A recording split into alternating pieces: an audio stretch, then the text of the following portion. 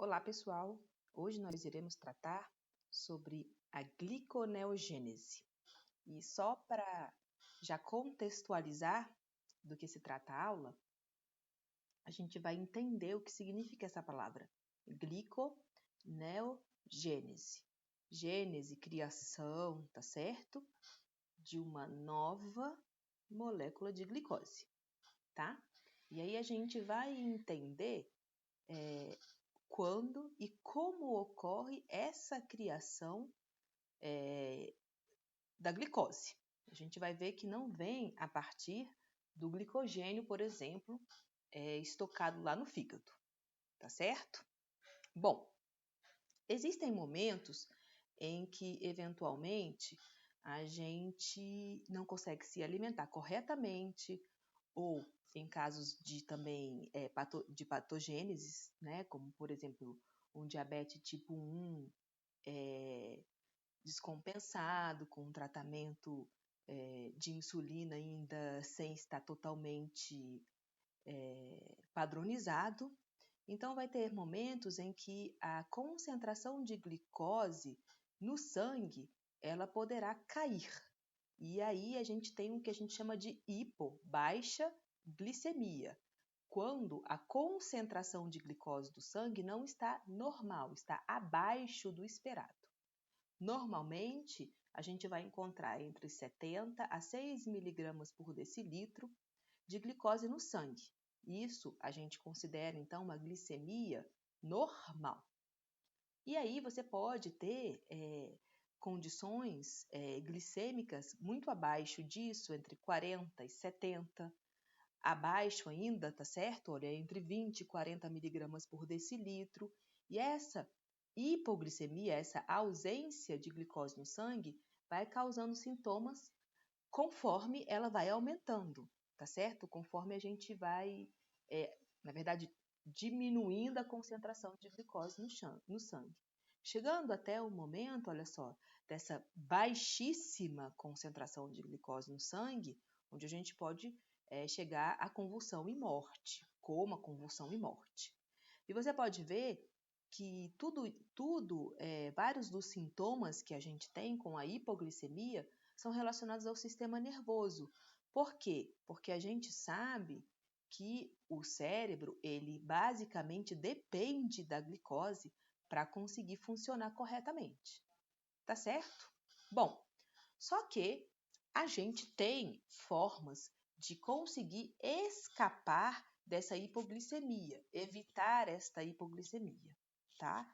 E uma dessas formas a gente viu é utilizando do glicogênio que a gente tem lá no fígado, o estoque de glicogênio que a gente tem no fígado, fazendo a glicogenólise, não é? Só que o estoque de glicogênio, ele é reservado, tá certo? A reserva de glicogênio, ela tá limitada. E para vocês verem que, olha só, aqui fala o seguinte, a gente tem a medula renal, o cérebro e outras partes do sistema nervoso, os eritrócitos, os testículos, por exemplo, são tecidos, órgãos que a gente precisa de um suprimento contínuo de glicose.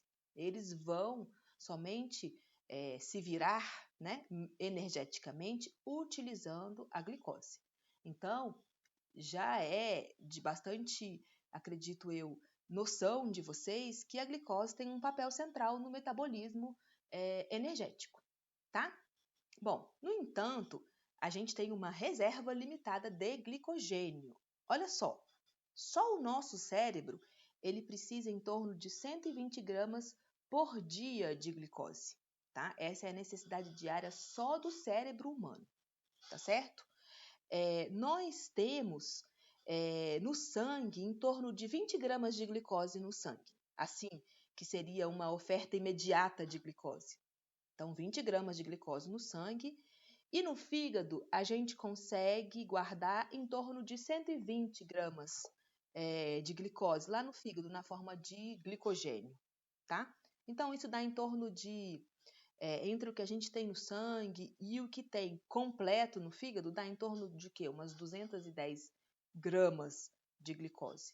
E só a metade disso, tá certo? é utilizada somente pelo cérebro, tá? Bom, quando a gente não se alimenta, tá certo? Entre refeições, na hora que a gente está dormindo, por exemplo, quando a gente está fazendo um jejum prolongado, quando a gente está em exercício vigoroso, a gente vai precisar de energia, a gente não vai obter essa energia pela alimentação, a gente vai precisar de energia e com certeza primeiro a gente vai pedir lá para o glicogênio. Só que, novamente, o glicogênio tem uma reserva limitada. E se eventualmente você continua, principalmente aqui, ó, em jejum prolongado, se você fica, né, muito tempo sem se alimentar, digamos que você já tenha por um motivo ou outro, você já esteja com uma baixa concentração de glicogênio no fígado, porque já está sendo utilizado, como você vai contornar isso para que você continue suprindo, continue tendo glicose no sangue, para pelo menos manter os órgãos que são obrigatórios, né? Os órgãos que dependem exclusivamente da glicose como fonte de energia. Então, o organismo precisa de uma segunda forma, digamos assim, de um plano B para fornecer glicose para a corrente sanguínea, tá?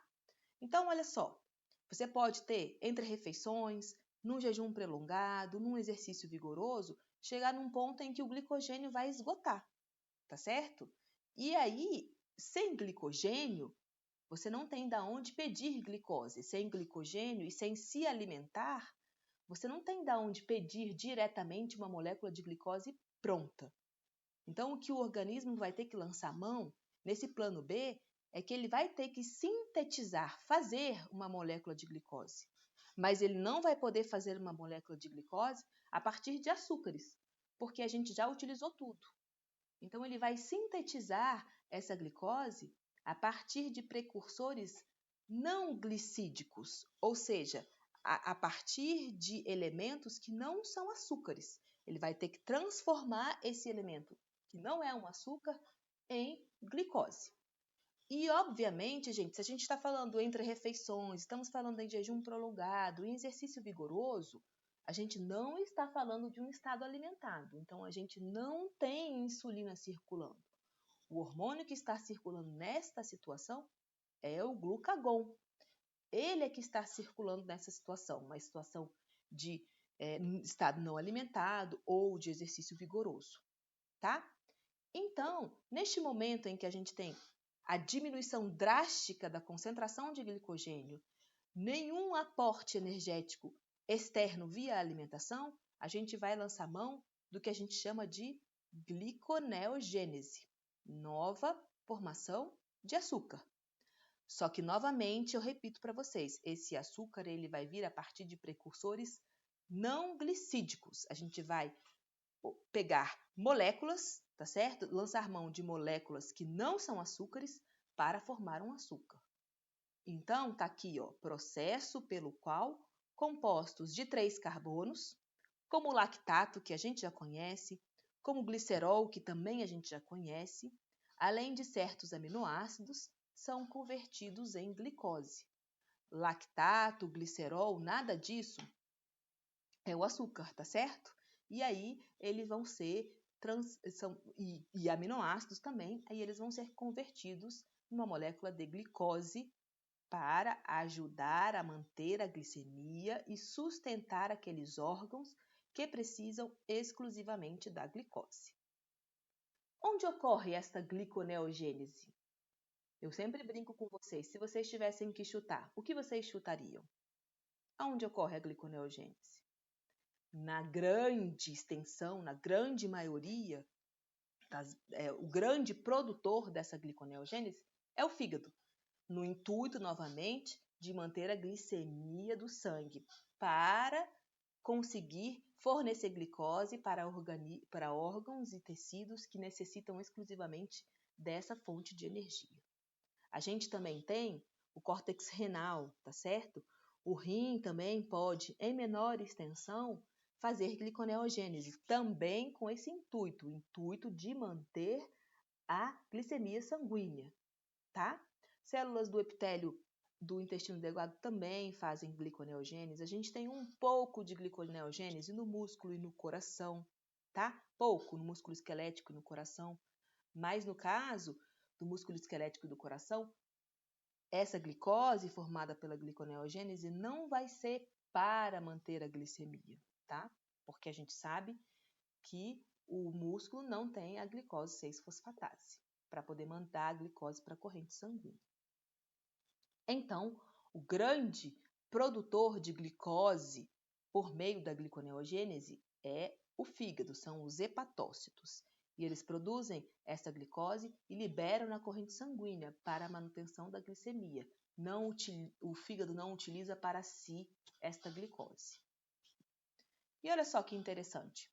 Vocês veem aqui, ó, que a gente tem esse gráfico mostrando a concentração, né, de glicose oxidada, tá certo? No momento que você tem a ingestão de glicose aqui, glicose ingerida, e aí você vai vendo que essa glicose, ela vai diminuindo porque ela está sendo utilizada, tá certo? Se você não ingere mais, você ingeriu neste momento aqui, e aqui, ó, já antes das 8 horas, essa glicose ingerida, ela já está sendo totalmente, já está diminuindo, ou seja, a glicose na corrente sanguínea está diminuindo porque a gente está utilizando para manter os processos metabólicos, tá? E aí essa diminuição é sentida, obviamente, pelo organismo, sem a ingestão de nenhum alimento, a gente começa a liberar glucagon, e aí a gente vai ativar primeiramente a glicogenólise. E aí vocês veem, então, que esta quantidade de glicose começa a aumentar graças à glicogenólise, a glicose que a gente tem armazenada lá no fígado na forma de glicogênio. Mas esse estoque, ele é limitado. Então, vocês vejam que a gente tem um pico da glicogenólise e depois essa glicose proveniente da quebra do glicogênio, ela vai diminuindo também, porque esse estoque de glicogênio está acabando. E vocês viram que ele dura em torno de um dia, em torno de 24 horas. Se você não se alimenta, né, se você não repõe a glicose, se você não repõe a energia através da alimentação, esse glicogênio vai acabar, tá? E antes que ele termine, vocês veem que o organismo já ativa a gliconeogênese, tá? Então, antes, vocês veem aqui, ó, que a gente está terminando a glicose proveniente da glicogenólise e a gente já começa a ter agora glicose aqui, ó, proveniente da gliconeogênese. E isso aqui vai se sustentar por bastante tempo. Dias, jejum prolongado, tá vendo? 2 dias, 8 dias. Quem vai sustentar a glicemia sanguínea vai ser a gliconeogênese. Então, a gliconeogênese é um processo que o nosso organismo tem que permite a manutenção dos níveis sanguíneos de glicose depois de toda a glicose da dieta ter sido oxidada e da glicose armazenada como glicogênio ter sido consumida, porque é um estoque limitado. Então, a partir deste momento, quem vai manter a glicose na corrente sanguínea vai ser a gliconeogênese. Daqui a pouco a gente vai entender como é este processo, quais são as reações e como ela é regulada. Até logo, pessoal!